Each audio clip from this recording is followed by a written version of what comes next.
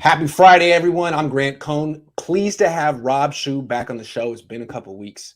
Niners had training camp, but now they're done, and it's time to catch our breath and check back in with Rob, who is looking extremely clear.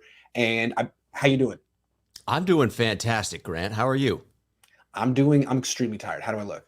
Yeah, I mean, I would guess that you'd be tired. I'm not going to say you look tired because that's mean, but I think that Um, it is, it's been a long week. You have definitely been in the grind. I look awful. I woke up at 5:30 this morning, and threw my back out. Dropped my phone on the ground. Went to pick it up.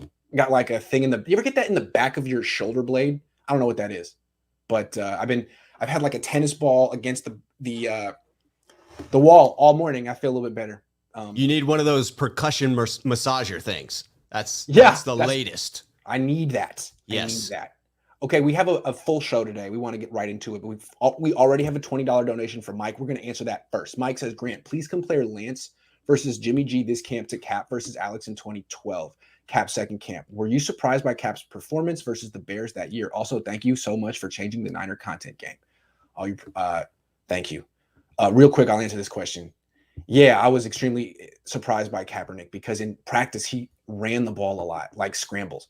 If his first read wasn't there, he would scramble. And I think when he had success with the Niners, he had a lot of first reads open during games and he would rip it. Which, as opposed to Alex Smith, who sometimes wouldn't, he would kind of not throw the ball and check it down, even if it was there. I think that was the Niners' issue. So I never actually saw a competition between Kaepernick and Alex Smith in practice.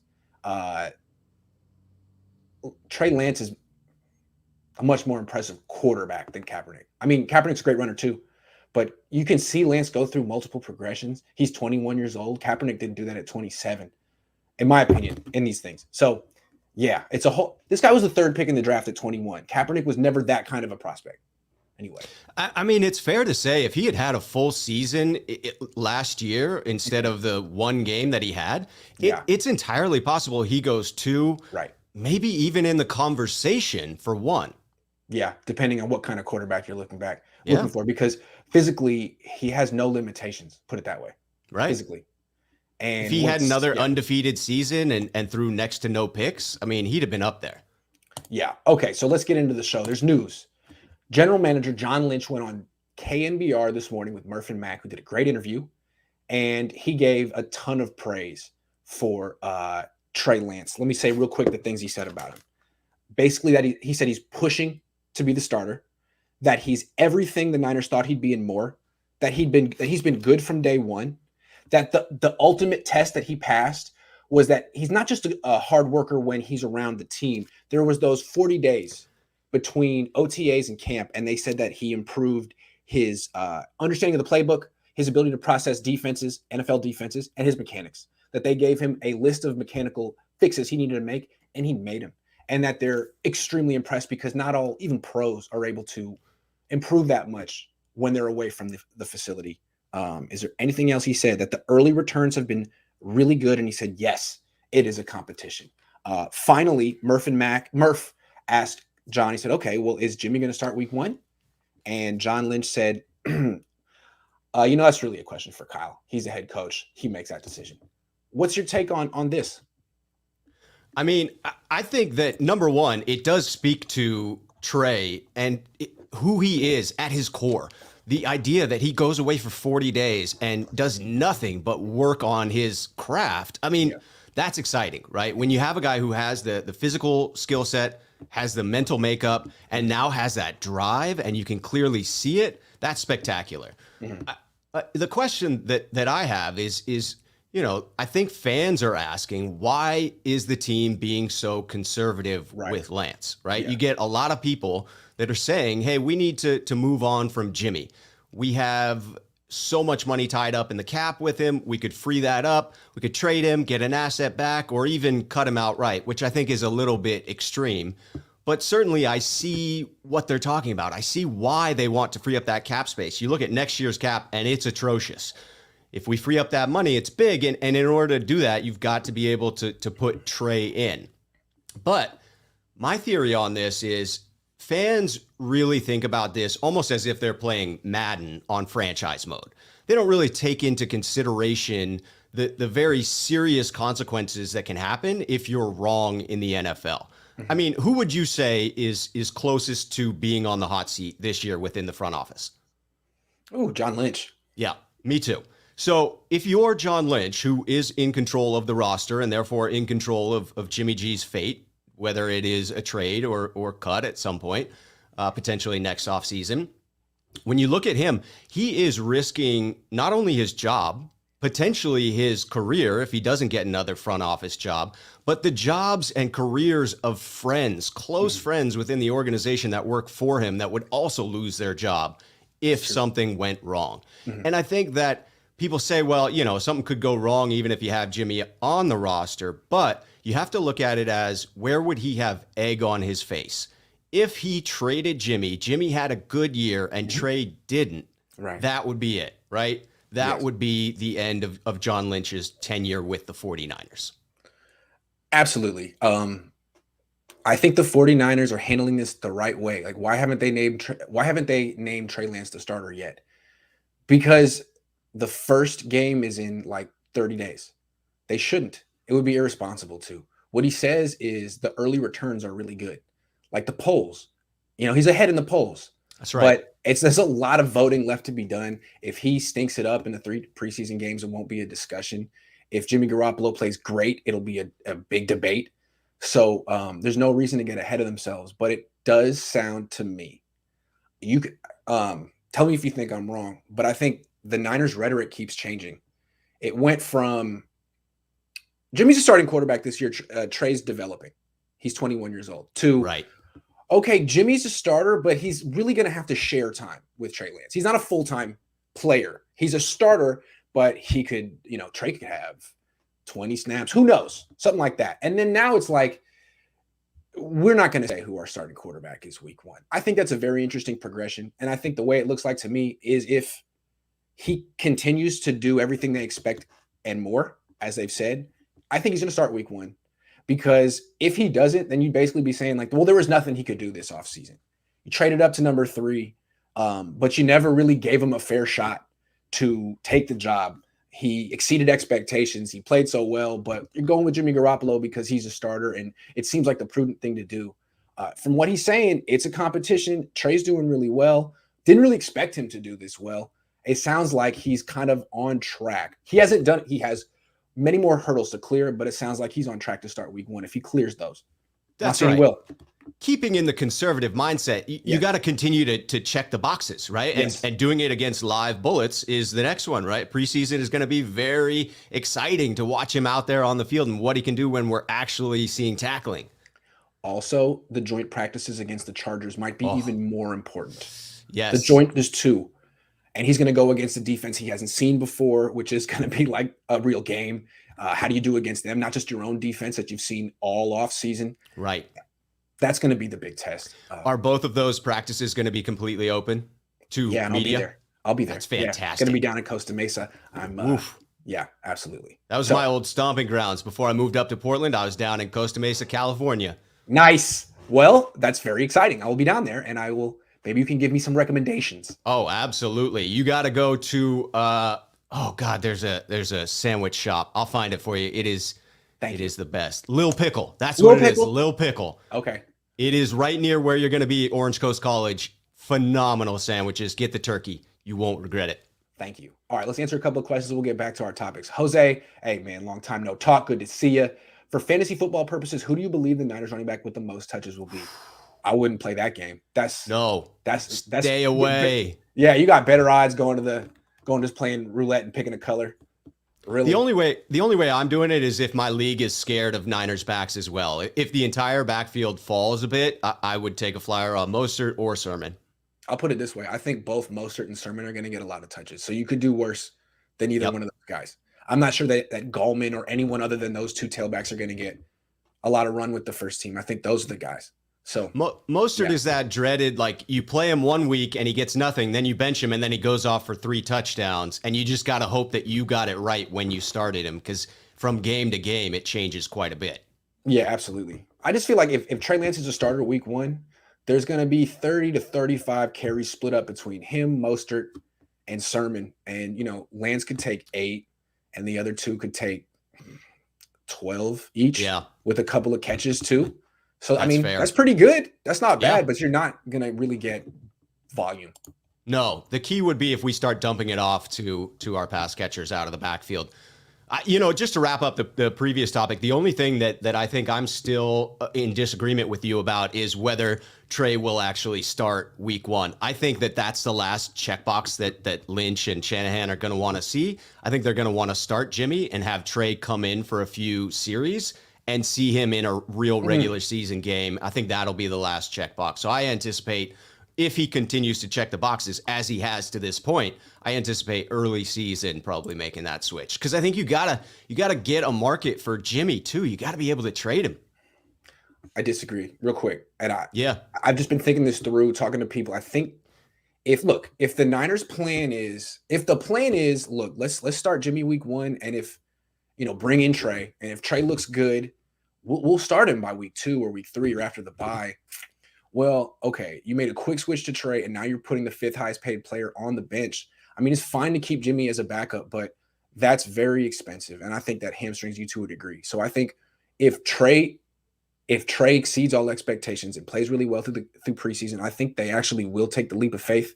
I think the reason they're starting to change their rhetoric is because they might name him a starter, and what they can do is go to Jimmy and say, "Look, Jimmy, it's nothing personal. When we drafted this guy number 3, that if he did everything well, there was really nothing you could do. We're kind of all in. Sorry, he's really good. You saw it. You saw him in the games and practices. We're going to go with Trey. No offense. And we like to keep you as a backup, but we can't spend $27 million on you as a backup. So we would like to offer you a pay cut that's fair, that'll pay you more than you get somewhere else if we were to cut you. Because right now, the day before, not that many teams have cap space, and you probably get a 1-year deal somewhere for $7, $8, $9 million. We'll beat that. We'll give you 1 year, 10 or 11 million with bonuses in games that you start if you get an opportunity. And we'll let you go after this year. It's instead of having you for 2 more years, which we currently have, we'll cut it to a 1-year deal and give you some freedom. I think that could work. I think that's why they might want Trey to start week 1, just to save them $15 million so they can make that all-in move at the deadline. I'll tell you what, if the 49ers can execute that as you just described, that would be a pretty phenomenal coup. That would allow for a very deep and talented quarterback room, right? And that's reasonable affordable price tag. That's affordable. Yes, it is. Yes. Yeah. Because I don't have a problem with Jimmy. If he's your backup making $10 million while the starter's making $7 million, hey, that's fine. That's cool. Yeah, absolutely. Yeah. My only counter to that is I think our best chance of winning a Super Bowl this year with Trey is to provide less tape for other teams to see. I think the later he starts in the year, the better chance we have in the playoffs. I think you see it every time with the young rookie quarterback that tends to use their legs quite a bit, that defenses struggle with that until they have a lot of time to prepare dedicated to that one team like they do in the playoffs. That's a very interesting counterpoint. I'm with you on that. Marcus says, by John putting these comments out, is he being passive aggressive and pushing Kyle to question starting Jimmy? I have no idea. You're assuming they're not on the same page here with the quarterback. I don't know. Kyle's an odd duck. I don't know where he stands on this issue. He seems to be pretty enthusiastic about Lance as opposed to Kittle. I don't know if you've heard. Kittle seems. I wonder if that's more of just feistiness with the reporter room. He seems to be out to prove it this year. Like a little less talk, a little more action. I think it's also like a degree of rookie hazing, and I think he's a very good friend with Jimmy Garoppolo. So it's all kind of a little awkward. Yeah, Kurt says, certainly plays into it. I think so. Kurt says, more valuable for week 1, Jimmy's situational football experience or Trey's deep ball and running ability just to win week 1? I think the most important thing about winning is not turning the ball over. That's the one thing people don't talk about. Like, for all the nuance that Jimmy gets and his ability on third down, third down's important. Turnovers are more important. And he threw 6 picks in 12 practices, which is what Jimmy does. And he does it in games. So I would have to say that one of the main reasons I like Trey Lance better from day one is I think he'll be more protective of the football, not to mention the way he'll help the running game. So the deep ball, he'll take more shots, but that's not really, the biggest difference, I think. Yeah. The hope is this team is good enough week 1 that it doesn't matter who starts, that this team is good enough with special teams and defense to dominate Detroit. Yeah, they should be. They should. Which is another variable in the equation. If they think they can win no matter what week 1, well, we'll see what they do. Do you want to save $15 million or do you want to? I don't know. I think they want to save $15 million, but we'll see. Dylan says, "Dad gum, you can see the sole on that shoe." I liked it. Boom. How's the audio in the chat? Hit me up. Let me know. I'll rewatch fantastic. It. Yeah. Has Shanahan's rhetoric changed? He'll make call. Right. Yeah, that's a good question. I don't know where Shanahan stands on this. It's really been more his rhetoric was it's Jimmy's team we're playing both quarterbacks. Now Lynch has taken it the next step. Yeah. Yeah. I think Shanahan's been clear about a couple of things. One, that he is very excited by Trey Lance. I think that's clear.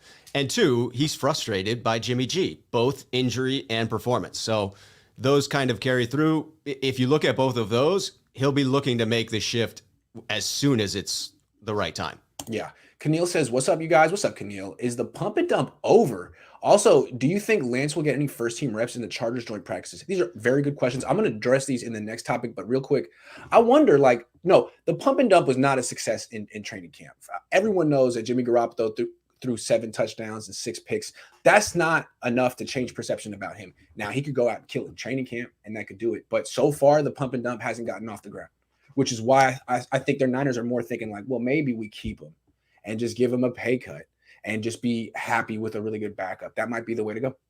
Yeah, it's an interesting thing to debate, which is what's more valuable, the pick that you could get back for Jimmy, which doesn't look like a whole lot at this point, versus the money. And unless you're getting a low second round or a high first round pick, I've got to say that the $15 million or moving on completely seems to be the more value. I feel like value.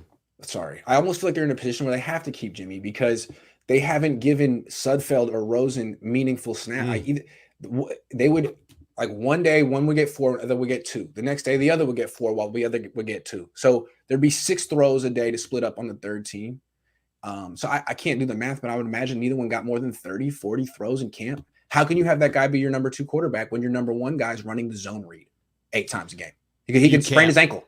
Yeah, you can't with any confidence. That's rough. By the way, I've just got to know, I didn't see it on any of your shows, but did you do a little celebration when you saw the Rosen to Craycraft touchdown in camp? Absolutely. I tried to maintain professionalism, but my voice would go up many octaves.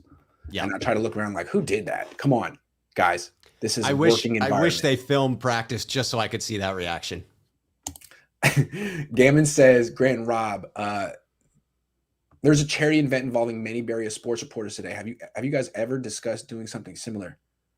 No, I never thought of it. I know what you're talking about. Biederman doing one with that beer. So shout out Chris for doing something for a better cause. Good job. Maybe one day I'll be that big-hearted. I don't know. He's smarter than me. T-Money says, growing up in gold, man, I thought you were told, here's a blanket for your offer. What? After Jimmy Ward knocks you out cold and he's picking more balls than a kid does, it snows. Grant, you show it's never a bore. My dude, we all want more. That was, I think, a rap that I butchered. Yeah, I think it was. Growing up dipped in gold, man. I thought you were told he's a blanket. No, hold on. I'm going to try it. Growing up dipped in gold, man. I thought you were told here's a blanket for you after Jimmy Ward knocks you out cold and he's picking more balls than a kid does his nose. Grant, your show is never a bore. My dude, we all want more. Okay, I did the best I could. That was a good rap. I liked it. Yeah. That was good. It may need a couple more practice runs, but I like the effort. That was cool. All right, let's move on. What put him like this. Rob, what do you think Trey Lance needs to do Saturday night against the Chiefs in his preseason debut? I mean, in short, he basically just needs to keep doing what he's been doing. Just keep crushing it, right? The most important thing is to keep checking the boxes. So I think for Kyle, what he looks at is those things that piss him off, those things that frustrate him. And those are going to be the rookie tendencies. So Trey can't look like a rookie out there. He can't look like he's lost. He can't have the procedural issues. He's really got to be in control of the offense and keep the ball moving and not look like there are any hitches in his giddy up there. And I think he's got to focus primarily on throwing first, going through the progressions, running second. But I think he's got to run. He's got to show those legs so that the fan base and everyone else begins to clamor for more Trey Lance. It's interesting. I got a different answer than you. Ooh, let's hear it. Remember in that movie, Tropic Thunder, Robert Downey Jr.'s character, when they're about to go into battle, I think they're filming, and he gives his advice to his men. What does he say? I have no idea, but I remember the scene. He looks at him, he goes, survive. That's what you need to do, Trey. You need to survive, because what your coach is going to do to you is he's going to take out all the starters with Jimmy, and he's going to put you in the first quarter with the backups. And you know what Andy Reid's going to do? He's going to keep his starters on the field through the whole first quarter. Dude. So, okay, this to me is outrageous. I hope Kyle Shanahan didn't know that Andy Reid was going to do that, and he's going to change his plans, because what he's doing is setting Trey Lance up to fail. I've seen this second team offensive line. It's disgusting. And the backup wide receivers, they're backup wide receivers. I mean, nothing against Trent Sherfield, but come on. If you're going against the starting Kansas City defense, that's a really good defense. That's a very good defense. I mean, of course the guy could get hurt. It's football. But it almost seems like he's not trying to expose Trey Lance to injury. But I do wonder, and I even wrote it down, does he want Lance to not look ready as an excuse to keep Jimmy Garoppolo the starter for a week longer? Because if they are trying to do a pump and dump, then, one good outing from Jimmy Garoppolo and a so-so outing or a bad outing from Lance week 1, maybe they could pull off a trade in the next week. I don't know. But it's like, you're not gonna actually do this to Trey Lance, are you? That's not fair. I don't think it's fair at all. I think it's outrageous. I'm mad. It is outrageous. You should get angry, Grant. I'm angry. Kyle, don't you dare do this. It's organization malpractice. If Trey Lance gets hurt because Tom Compton misses a block, they should fire you on the spot. Kyle, how could you do this to your new starting quarterback, the future of the franchise? Yeah, be careful. It's definitely, it seems crazy. I would keep that starting offensive line in front of him at least for a portion of that first quarter. Yeah. And I have to counter what you said about the idea of making Lance look a certain way. I still stick with the old adage that winning is everything in the NFL, and that Kyle is desperate to win. I hope so. Another losing season, and he will be on the hot seat next offseason. So I think that he will be concerned with getting the best guy out there, putting him in the best position to win.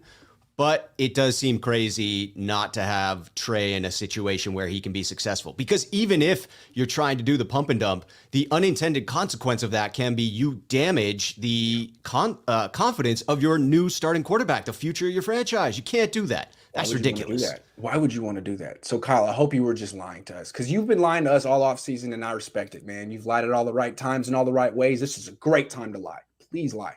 Tell me you're lying. Spin that web, baby. Act like I'll believe anything, Kyle. Just look me in my eye and lie to me, okay? Please, for Trey Lance's sake, you can't let freaking Colton McKivitz try to block Chris Jones on Saturday unless you want something awful to happen. I mean, at best, Trey Lance will look bad. At best, he won't look ready. There will be sacks. There will be potentially turnovers. And then you know what? You'll look dumb for drafting him. You'll be like, oh, this guy sucks. What are you talking? This looks awful. What are you thinking? I don't know.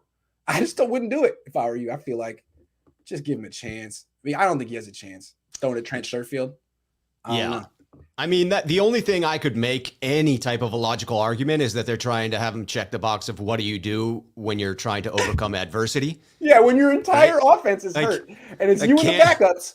Can you carry this team if everyone else is out? That's what we want to know. No, either Kyle or Andy Reid is lying. One of those two guys are lying. There's no way Kyle's going to put his guy in that situation. No way. No way. That seems like a long time to play your starters if you're Kansas City. Yeah, maybe Andy Reid's lying. Lying. What? I can't wait to see. Will Trey be used like Taysom Hill? Nah. Taysom Hill uses like a running back, tight end, special teams guy. This guy's too important. Yeah, much more. The package is going to be more complex, going to be much more reflective of what he'll be asked to do when he is the starting quarterback. That's my guess. Yeah. My guy, Grant, appreciate you, my guy. Thank you. You always help me get through the day. Oh, I'm glad I could serve that function in your life, man. That's what I'm here for. Yeah, Niners we talk, all baby. need that somebody to get us through the days nowadays. Life is rough, man. Whew. Whatever you need. Yeah, that's right. That's what YouTube's here for. Timothy says, isn't Jimmy's inability to throw deep prohibiting the secondary from practicing defending deep passes? Trey should get first team reps sooner than later. Man, that's just a hell of a point. It's a fair point. It is a fair point. It's funny. Like in the past, the Niners wouldn't get the reps defending mobile quarterbacks because the quarterbacks were Jimmy, Right. Nick, and CJ. Now it's like only the second team defense is seeing those throws with velocity outside the numbers, the deep throw. This something to think about. What type of ratio do you think it is? Is it like a 2-to-1 ratio when Lance is in there, or is it even greater than that? Yeah, Lance. Well, his number one receiver is Trent Sherfield, who really Right. stays outside. He runs like stops and outs and stuff like that. So you see a lot of power throws on a line outside the numbers from Lance, as opposed to Jimmy when he throws to wide receivers, it's like slants, the dig route where he's going right across the middle for 12 yards. That's how he Right. gets the ball to wide receivers. Yeah, that's a Jimmy G staple. No doubt. And when he tries to throw the ball outside the numbers, the ball sinks noticeably. I want you to compare. I mean, something. I watched that back to back on a Twitter You saw thread that, right? earlier this morning. Yep. That's tough to argue It's tough. against. Yep. Splash Brothers, I think, put that up. Yeah. Scott says, how vanilla will Kyle keep the offense when Trey's on the field? Yeah, man. Well, if it's him against the backups, the starting defense, he should probably just call run plays and screens all day. Probably pretty vanilla. Survive, Trey. Survive. By the way, great Robert Downey Jr. impression there. When you first started, the voice was very convincing. Survive. Like, yes. Oh, thanks. Okay. Well I love done. that line. Grant, for $1 for you to continue being you and $4 for Rob to put towards a head polishing kit. Thanks for the show, guys. It is polished. Ooh, it didn't work. Oh, did it work? Yeah, it did. Nice. God, I can't hear it on my end, but I can hear it. That was great. The Logical Truth says, is it fair to say Jimmy can't deal with the pressure of having his third overall fire-breathing dragon breathing down his neck? Nah, man, Jimmy is the same. He's the same no matter what happens. They talked about mad Jimmy, angry Jimmy. Nah, dude, Jimmy don't get mad. Jimmy? The only thing I'll say is we haven't seen him in live game action yet. Mad Jimmy could change a little bit. Preseason, regular season, if he's still here. Jimmy. Yeah. We'll see. We can see. I haven't seen Mad Jimmy yet, but I mean, Jimmy's cool. Jimmy's cool. He's above it all. He's nonchalant. When he throws a pick, I'll come back and get you. It's one of his better qualities. He's always very good after the pick. Yeah. That's what I'm just saying. It's like, you got to be able to shake it off. Got to get that out of my system. All right. We knew it was coming. There it is. I'll play better now. All right. Moving on. The other rookie, Aaron Banks, hasn't gotten any first team reps. Do you think drafting him was a mistake? Is it fair to say that on August 13th? My answer to that is it's an early overreaction by fans. Okay. I see people getting upset about it, and I think that it's something to monitor. I think it warrants monitoring the situation. However, having spent a bunch of time in adult learning theory myself and being a bit of a subject matter expert there, I'm comfortable with the idea that it's really not practice that makes perfect. It's perfect practice that makes perfect.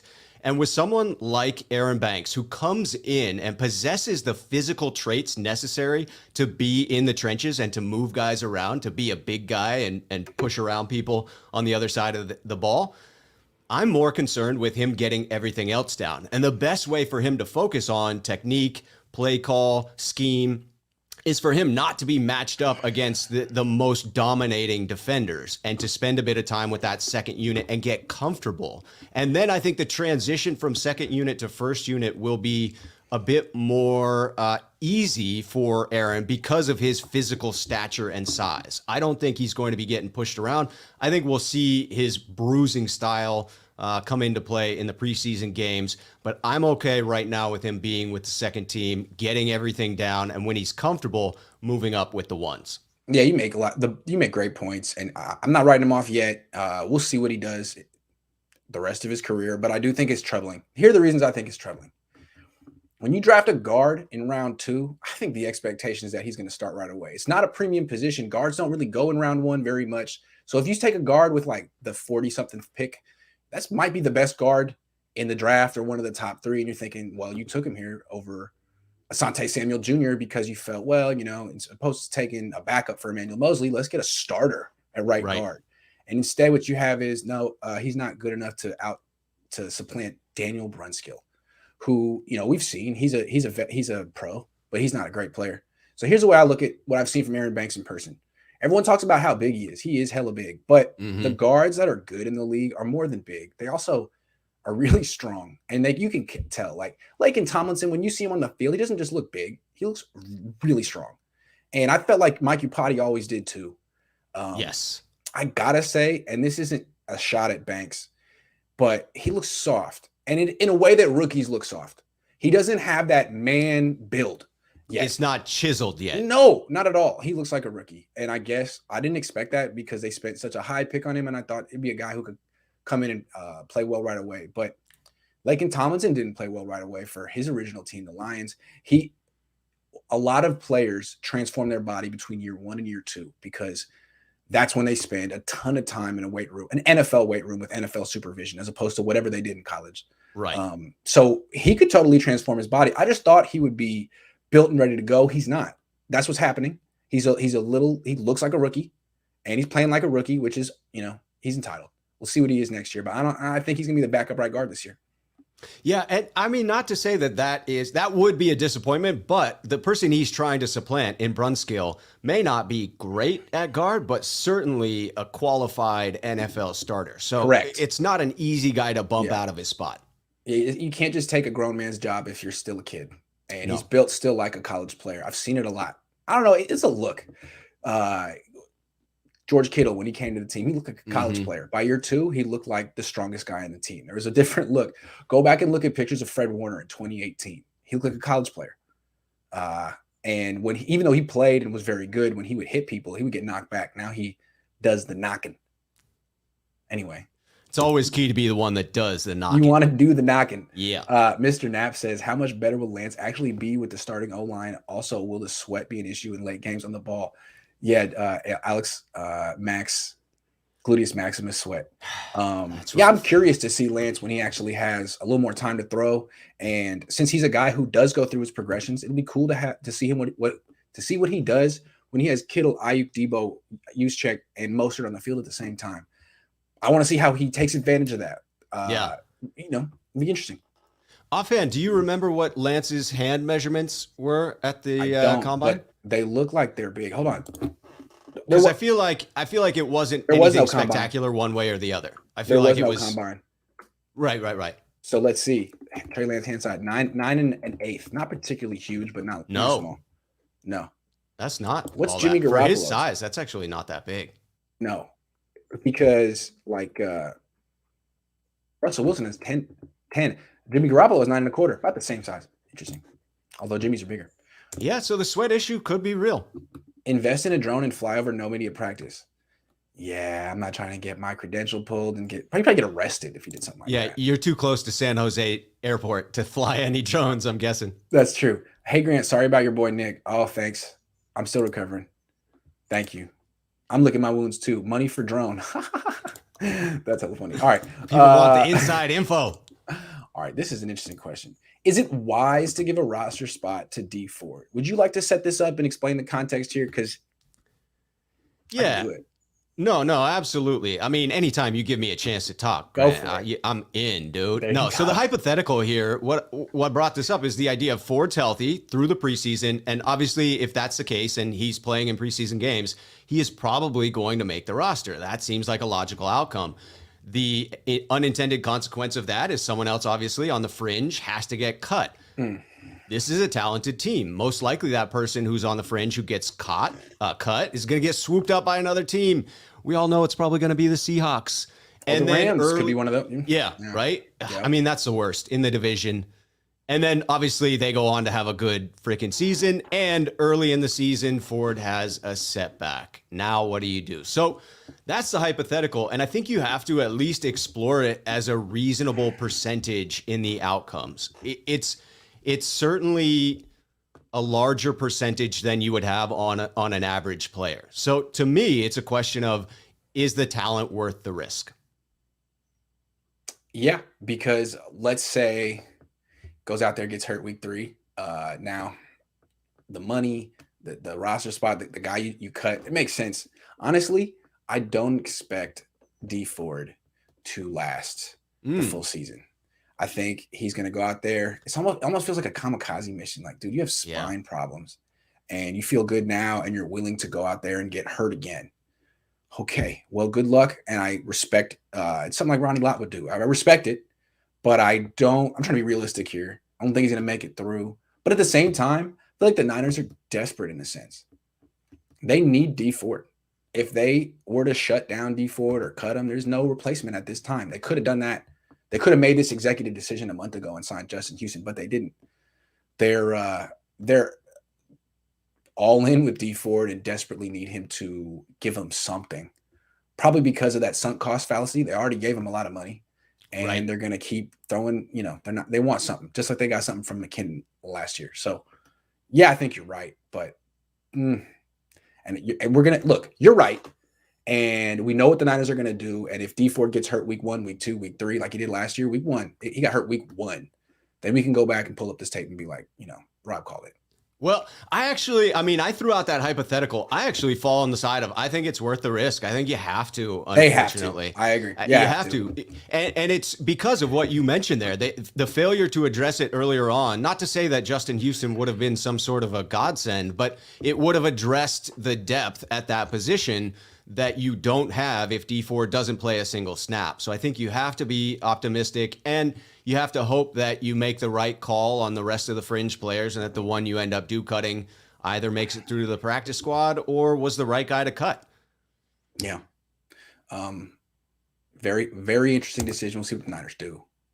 Or see how it plays out. Yeah, Dee Ford's health is the difference between a great defense and potentially the best defense in the league. Well, and Nick Bosa's right there with him. What's ironic is that Dee Ford had a much more complete training camp than Nick Bosa. Nick Bosa went through the motions, essentially. Yes, but I think that they trust him implicitly with the workouts he does on the side and sending them the videotapes of everything that he's doing. I think that guy pushes himself when he's by himself and training with his brother like not many people out there. I think it's pretty spectacular how he keeps himself in that condition. I agree that he needs to get some live action at some point, but I'm kind of glad that they're holding him back. True, absolutely. I just feel like they talk, there's being in shape and there's being in football shape. Yes. You've heard that before. And being in football shape is the hitting part. Right. It's like building a callus, taking hits for a few days so your body builds up a ability to take it. And that's why Dee Ford is practicing despite the fact that he's so fragile, because he's trying to get into football shape and actually play. And I feel like if Nick Bosa was able to do this stuff, he would be, because I still think he would gain something from it, even though he's so advanced in his technique and stuff. But maybe I'm wrong. Maybe he'll just roll into the season without, he probably will roll into the season without any hits. No, I would think, look, I think at some point when the media's not around, he's going to start practicing in full before training camp starts. He's not just going to shut himself down for practice indefinitely. At some point, he'll come back. I just think it shows that he's maybe not as far along as we think. That's fair. And it was a complicated surgery as they described it, right? Yes. It wasn't a clear cut. So it wasn't that is absolutely fair. And meniscus, I think. I think you're right. He has to come back. And even a doctor, I'm sure, would say, although a doctor would say don't play football, but I'm sure that they would say you should probably come back at practice when things aren't full speed to make sure that you're good there before hitting the game. So I'm sure you're right that as soon as the media is not there, Nick will be in practices. Certainly. All right, hold on. I clicked on something there. Boom. M Webb said, I think this is BW Webb's son, or nice. Said he was. M Webb, thank you. Says, why did Lance look horrible his last game in college? Only game this year. Just trying to do too much? I feel like the fans are expecting too much too soon. Jeez. I don't know.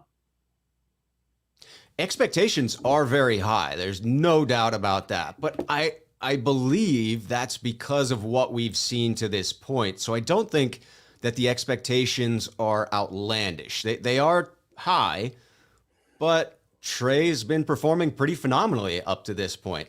It is fair to critique that last game, but it was such a weird environment when that game was played that you have to wonder if that's part of the problem.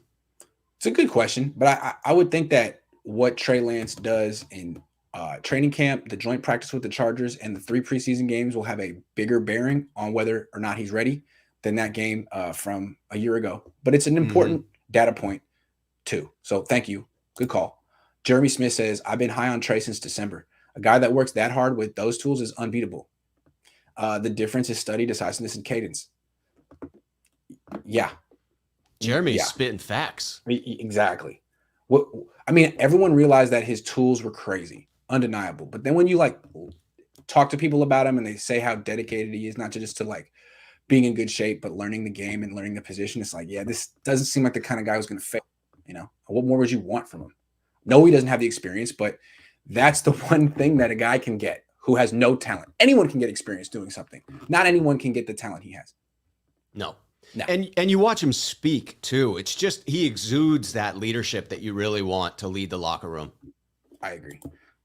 Michael says, I wanted to ask about Trey Sermon. I took him 9th in Dynasty, so I'm eager for more news about how many carries and targets he could see with or without Mostert.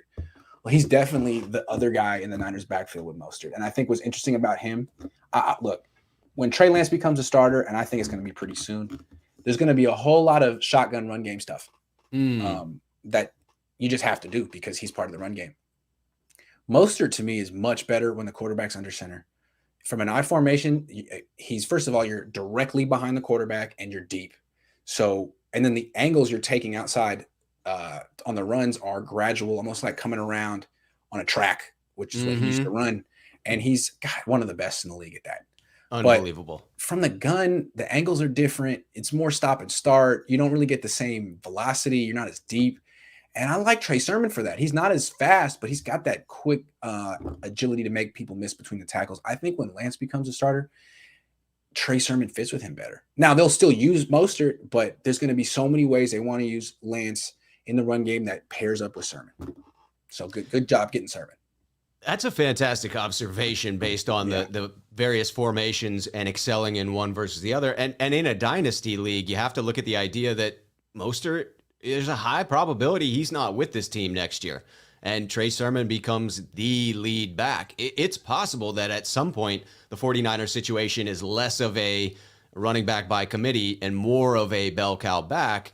But I don't know. That's a tough one for me because of the way Shanahan has always run his systems, even his father. Of course, there were a couple of backs that ended up as bell cows with the Broncos, but I don't know. It's tough for me to trust Shanahan with running backs in fantasy. Yeah. I mean, you remember week 1 against the Cardinals? They didn't have their first 2 centers, so they put Jimmy in the shotgun the whole game because they were afraid of Hronis Grasu getting manhandled. So Right. the whole run game was from the gun, and it was a lot of like sweeps, outside sweeps from the gun, and Mostert averaged like 3 yards a carry, which is unusual for him because he averages 5 yards a carry rolling out of bed in his sleep. But he did get the 75-yard touchdown catch in that game. I remember watching that game being like, ooh, this doesn't suit Mostert at all. But it does suit someone like Sermon, who's a little bit slower, because that 90-degree turn that you're making on that sweep from the gun, you pretty much have to come to a total stop. Yeah. You really have to, cut on a dime, and that's not what you want Mostert to do anyway. And he still has great acceleration, if not that same top speed as Mostert. So that allows him to do that cut straight up the field. Absolutely. Yep. You can see it in his college tape. He's good at that. Yeah. Hugo Cardozo says, I hope you have a great time in my hometown of Costa Mesa. Do you think they will ever think about trading Bosa in the next couple seasons before his big contract? Yeah, I do think they'll think about it. I think they'll think about it with Debo too. Those guys have serious injury issues, and there's no guarantee you give them a second contract. They have to prove it. Even if they do play well, maybe you feel like, you know what? I'm betting against them doing this 8 years in a row. I'm going to trade them now. It's possible. Maybe more possible with Debo. You definitely have to consider it. You can't just award both of them contracts for the simple fact that that's not prudent to do so. It'd be interesting to me to see if both really express a desire to be back. I mean, I know that this is sort of out of left field to even bring that up, and it just occurred to me, so I'm sort of winging it here. But I know that Debo has at times sort of indicated some frustration within the organization. And you have to wonder if things go a certain way and Ayuk takes the clear number 1 receiver, if he wouldn't look to head somewhere else. And Bosa, just wondering if the Bay Area, he may get tired of taking all the shots that he does for being who he is and the sort of conservative leaning views that he has. Perhaps. I do think a lot of money will make you forget that, right? 150 million will make you look the other way. I think the Niners are in love with the way Nick Bosa works, and I think that's big in his favor. Like, yeah, he gets hurt, but you could say, man, he got rolled up on. I mean, he's not getting hurt because he's not in shape. Debo pulls hamstrings. He pulled a groin in this camp. I mean, I think they are they do have questions about his professionalism and work ethic that they don't have with Nick Bosa. So Debo's the one that has a lot to prove. No question about it. Yeah. It's a big year for both of them with regard to the injury concerns. Yes. Josh says, what are more boxes to be checked for Lance? Being in front of thousands of opposing fans, 2-minute drill, down by 7, any others? Nah, man, he just has to be better than Jimmy. And he needs to prove it in joint practices in the preseason too. He's like 1 for 3 so far. He's won one of the branches of government. He's got to win the 2 other branches. It's fair to wonder if he even needs to be better than Jimmy or just as good. Right. Especially if the Niners are like, look, we're going to go to Trey Lance week 4 anyway. We don't want to put $27 million on the bench. We're just going to make the switch now to get Jimmy to take the pay cut, and it'll be in our best interest since we're going to do this by October at the latest anyway. I think that makes sense. Right. But Trey needs to actually allow them to. And if he falls on his face in preseason, doesn't allow him to. And if Kyle Shanahan, orchestrates a situation where that happens, then shame on him. Seriously. Hope you don't do that. We got that one. Michael says, who's the blocking tight end option if Kittle gets hurt? Charlie Werner. And Ross Dwelly. I want to say something real quick. I haven't mentioned this. George Kittle's really great. He has really skinny legs this year. I've noticed it. He's in great shape. Interesting. His thighs are noticeably skinnier than they were the last couple of years and noticeably skinnier than Charlie Werner's and Ross Dwelly's. When you see Ross Dwelly, he's bigger than he used to be, and you see it in his legs. He always, to me, looked like a wide receiver, even though I liked him. He's skinny. Now, he's not skinny. He looks like a 26-year-old who's been lifting very hard on this team for 4 years. He looks like a real pro tight end. I'm just saying that. I'm not saying Kittle. I'm just saying I think Kittle is thinking, man, I got to be the best receiver I can be for this team. I'm not saying he's not going to be a great blocker. I still think he can block with chicken legs. I'm not saying he has chicken legs. But I've noticed he changed his body a little bit. I'm curious to see if you guys noticed it too. He changed his body a little bit. Grant, as a guy with chicken legs, I object. I have chicken legs too. Nathan says, what happened to T. Moore? Not on the team anymore. He popped his Achilles, tore his Achilles, OTAs. He can come back. There was some dude in the in the Olympics who was competing. I forget what he was doing. Was it a diver or something? Was he a gymnast? I forget. But he came back like 3-4 months from Achilles surgery. That's nuts. John Lynch referenced it too. So T. Moore, no pressure. Robin says, how is the status to Tavarius Moore? I saw him on an IR list lately. Will he be ready or is he already good? I'm thinking if he comes back at all this year, that's great. So maybe they'll just let him recover and not rush him back since he wasn't even that great before he got hurt. Yeah. Is this the final year of his deal? Yeah. Yeah, that's rough. That's rough. God. Yeah. I'm sorry to hear that. Jeremy says, what's up, Jeremy? He just has to be as good as a quarterback that took you to the Super Bowl. Geez, the disrespect. Oh, yeah. And by the way, why are people disrespecting Rex Grossman, man? That guy took the Bears to a Super Bowl. I mean, what about Colin Kaepernick? Let me jump in here, though, because I'm not disrespecting Jimmy. And if I come across that way, that's not what I intend. I believe in Jimmy. I believe in his ability to win with this team. But I'm just not willing to fight the inevitable, which is the fact that Trey is the future of this organization. And therefore, if he continues to show that he's ready to take the reins now, it just seems a little foolish not to allow that to happen with the added benefit of what you can do with the additional cap space if you move on from Jimmy or he takes a pay cut. Wasn't the ultimate disrespect the Niners trading for Trey Lance in the first place? Well, maybe that plus the fact that they went after Stafford, they went after Dalton, who else did they go after in the offseason? Everyone. Yes. They went on Tinder and swiped whatever way you swipe on every single person they saw. Everyone, except for Jimmy. Yes. That's what happened. So yeah. I think that was the disrespect. We're just trying to describe what we see. Right.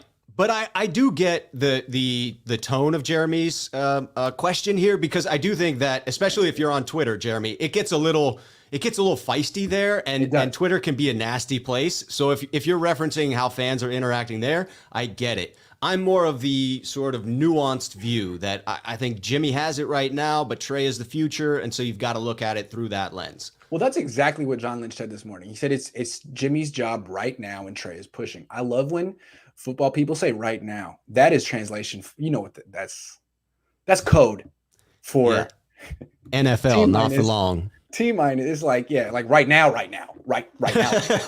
That's, I don't know about tomorrow. I'm not committing myself. Is HaHa Clinton Dix our new starting strong safety? Wasn't he primarily a free safety, or who is the starting now at free safety? Nah, I mean, Tavon Wilson got the whole offseason with the team. I think it's a little late to just insert HaHa Clinton Dix as a starter. He might be the backup free safety with Hufanga as the backup strong. That's interesting. That'll be interesting to see how that plays out, and to see when Tart's able to make it back, and how he starts the season, whether he's on one of the lists, PUP, IR, or where he ends up. Certainly.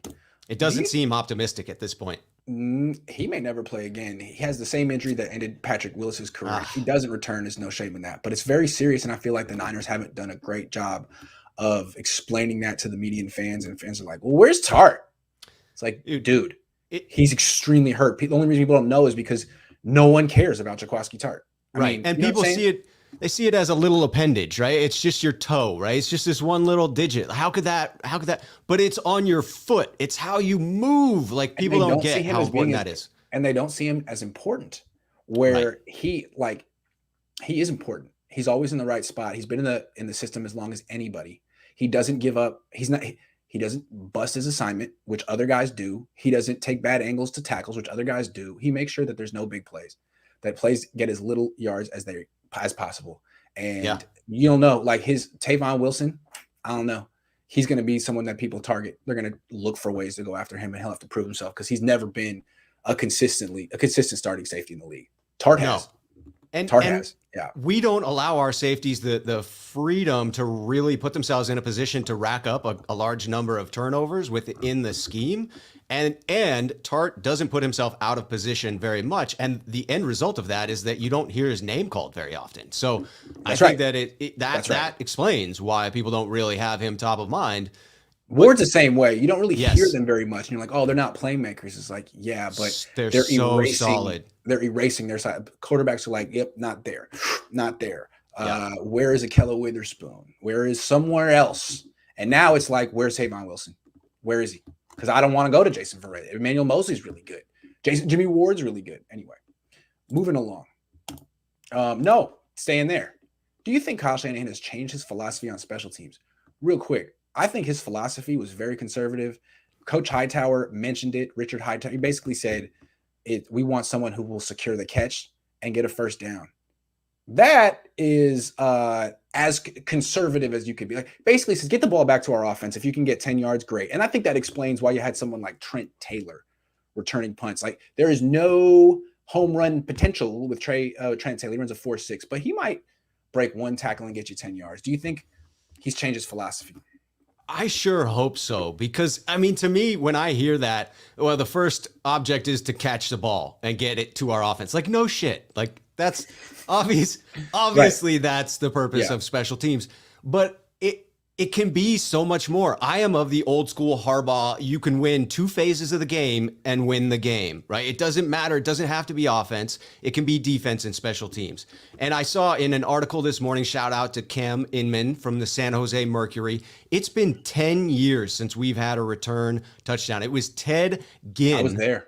September 11th, 2011. It was the first game I ever covered as a professional. I was there. He did it twice. It was a punt and a kick, I believe. He did it twice. That was 2 punts. And that was the difference, right? That was how we won that game. Because if I remember correctly, that was a low-scoring affair. Am I having mic problems? How do I sound to you? You sound all right to me. Okay. Alexino over here is getting really upset, but maybe it's just his problem. Ooh, could be. Could be. Sorry. Anybody else having little audio issues? Yeah, let me know. If not, I want to talk real quick about Brandon Ayuk. It seems like we got them. We won. We did it, everyone. We got the Niners to play their best punt returner. It's a really good thing, because you should want home run potential at that spot. It's a very important spot, punt returner. Dude, with most games in the NFL being decided by a touchdown or less, a return touchdown can decide those games. That's the big play that we need. I agree. I think that it is high time that we do it. And I feel like the team is deep enough this year that it's not like we're plugging in whoever fits at gunner. feels like we have some dedicated options at gunner, Sherfield topping the list, but underneath him, it seems like on the other side, we're going to have a high quality list of players to choose from there, that it could be circa 2019 when Mostert was streaking down the sidelines as a gunner. It could be that good of a coverage unit as well as throwing Ayuk into the return game. Absolutely. Yeah. Let's not forget they signed Trent Sherfield to do that kind of stuff. He looks like he can be very good in that role. They drafted Talanoa Hufanga primarily to play special teams. They have Marcel Harris, who's a hell of a special teams player. Jimmy Ward, God love him, still does it. Ross Dwelly. They have some starters on it. They don't ask Raheem Mostert to do it anymore, which is no, but fair. Elijah Mitchell is practicing for that gunner route, right? I think that would be exciting. If he can win that, it will allow him to dress every Sunday, and then it'll allow him to get some reps at running back. So I'm rooting for Elijah to make one of those gunner positions. And I'm rooting for Kyle Shanahan to let Brandon Ayuk return punts. I think that would be a big step in Kyle Shanahan, his growth as a decision maker. Because, we've talked about this a lot. Like decision making, I look at it as like a genetic trait that expresses itself pretty much by 20, whether you got it or not. And my hypothesis with him is that he doesn't got it, in the sense that more often than not, he'll make the wrong decision. Not every time. Mm-hmm. And this whole like conservative, just give me the ball, my offense will take the rest. Like that's a mistake. Andy Reid doesn't do that. He's an offensive genius. Bill Walsh didn't do that. John Taylor was returning punts, offensive genius. So I like that when we brought it up or whatever, I don't know how he had the epiphany, but when it was brought to his attention, he thought about it, he reconsidered, and he's like, all right, man, let's try a new approach. It's been a good offseason for Kyle. Drafting Trey Lance, throwing the ball in the pizza oven, reconsidering his stance on special teams. I think he's had a very good offseason. He may never be a natural leader, decision maker, executive type, but he's making strides. I like it. And when other people approach him, he's like, hey, Kyle, you're making a wrong decision here. Let me explain it to you. It seems like he's open-minded, which is good, because if you're a bad decision maker and you're stubborn, you're not gonna last long. No, that's a recipe for disaster. And I like your supposition there around decision making. The only thing I would put in from my view of it is what I hear you talking about is much more specific to quick decision making, split second decision making, because I believe I can take anyone and teach them the fundamentals of logic. I can teach them a way in which to work through problems. And I think people can learn that. So I think that trait can be learned. But then there's in-game split second. You've got 10 seconds to make this call. And I do think that's much more you either have that or you don't. But he can work on things to help him. He can work on being in situations like that to feel a little bit more prepared. And he can trust people around him and take some of that weight off of him. Yeah, I mean, like, you have a quality control staff. Use it. I appreciate it. Thank you. I feel necessary, and that brings the best out of me. So thank you. Kyle. I mean, it looks like he's finally listening. There's some good suggestions in those meetings. I'm just saying. And they're pretty infrequent. I don't ask that much. Shivnur says, Grant, thank you for your diligence and hard work in the coverage as of late. Go spend time with your family and decompress for a little, at least tonight. Yeah, my wife is at work. Otherwise, I'd be taking the day off. But yeah, I will. Thank you. I appreciate it. You guys are nice. Mike 209 just says, here's $5. Thanks, Mike. I appreciate it. That was really Mike's nice. a good guy. Yes. All right. The MVP of the bubble players. Every year, there's some guy who comes into camp who pretty much wasn't supposed to make the team and makes it based on hard work and a bunch of good performances and practices that no one gets to see, except for me. Who does it sound like that player is to you, in your opinion? I mean, to me, it jumps off the page as Trent Sherfield. It's not even close. He might be the only one. I did a 53-man roster projection yesterday, and everyone that makes a team, guys that they've drafted or given some guaranteed money to, Trent Sherfield, to me, was a guy that if they thought he was going to make the team, he needed to compete with a lot of guys like Travis Benjamin, Jawan Jennings, a lot of guys. And I think he just wiped the floor with them. He was, even guys like Richie James Jr., who probably will make the team. Trent Sherfield was so much better than Richie James Jr. in camp. It wasn't even close. Richie James Jr. dropped half the balls that came his way. Trent Sherfield dropped nothing. He's not the most sophisticated route runner, but he jumps really high. He runs really fast. He's in phenomenal shape and he's great hands. So Good player. And he's a professional, dude. Yes. The way that he comes in, prepares, first guy in, last guy out, wearing the pants when he's in practice. I love that. Let's do it. Like it's what I do when I come on with the. It's like, look, I mean business. I'm serious, and I'm going to express that in every little way. I see what you're doing there, and I like it, Trent. You got to show people your game. You got to let them know who you are, what you're made of. That's the key. Here to look pretty. I'm not here to pose for the gram.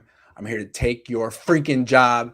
It's what I do. I was an undrafted free agent. I've been taking people's jobs for a few years now, and I'm here in Santa Clara to take yours, bud. Have fun in retirement, Travis.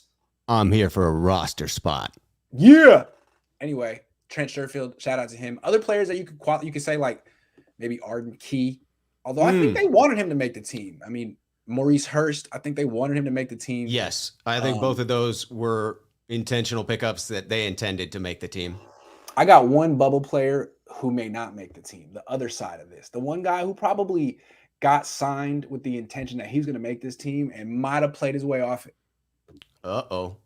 Zach Kerr. Oh, nothing against really? Zach.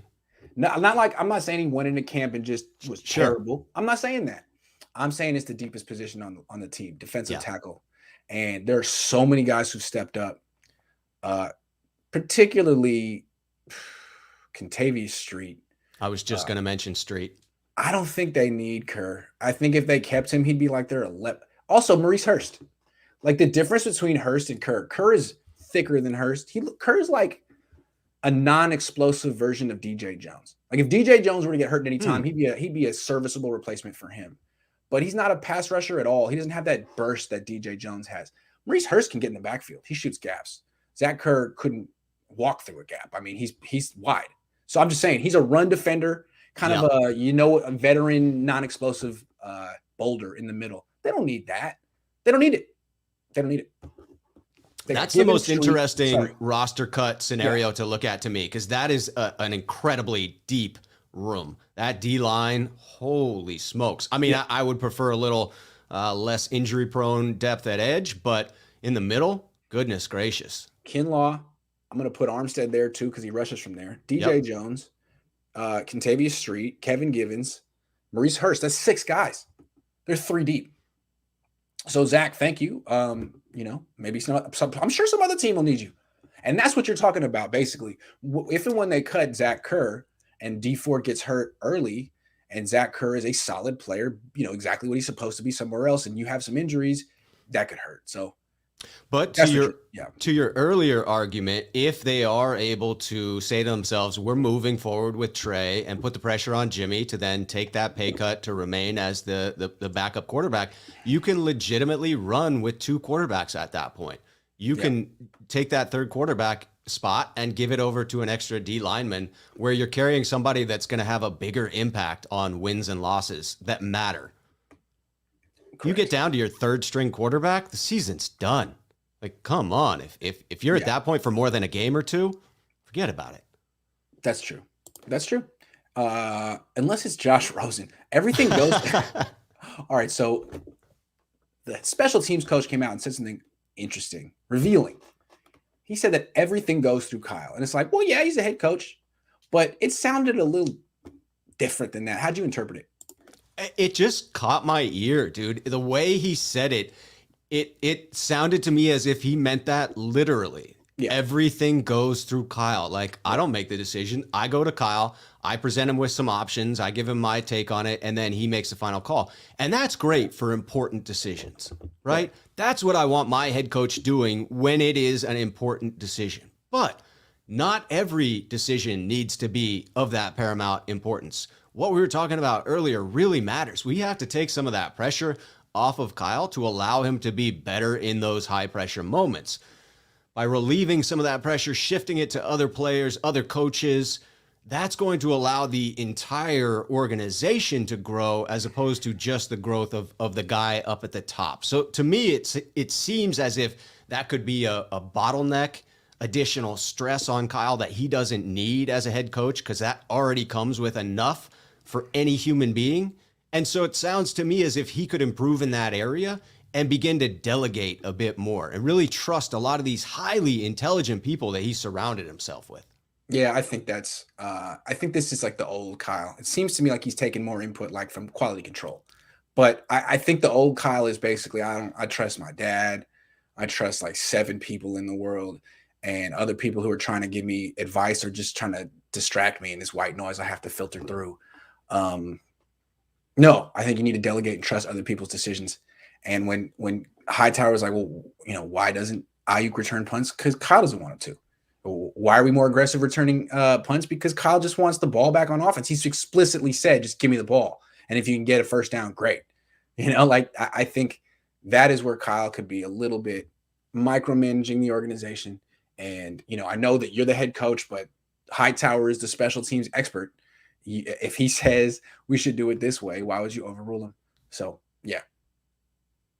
Yeah, it is a bit odd to me. Maybe it's ego where Hightower comes to him and he's like, hey, man, we could have Brandon Ayuk returning these punts and we could break a few this year. And Kyle's like, just get the offense the ball. My offense is going to score. Like, that's the way it goes. Yeah, I mean, I'll get him the ball on offense. I don't need to get him the ball as a punt returner. So hopefully Kyle is in the process of reevaluating that. It sounds like it.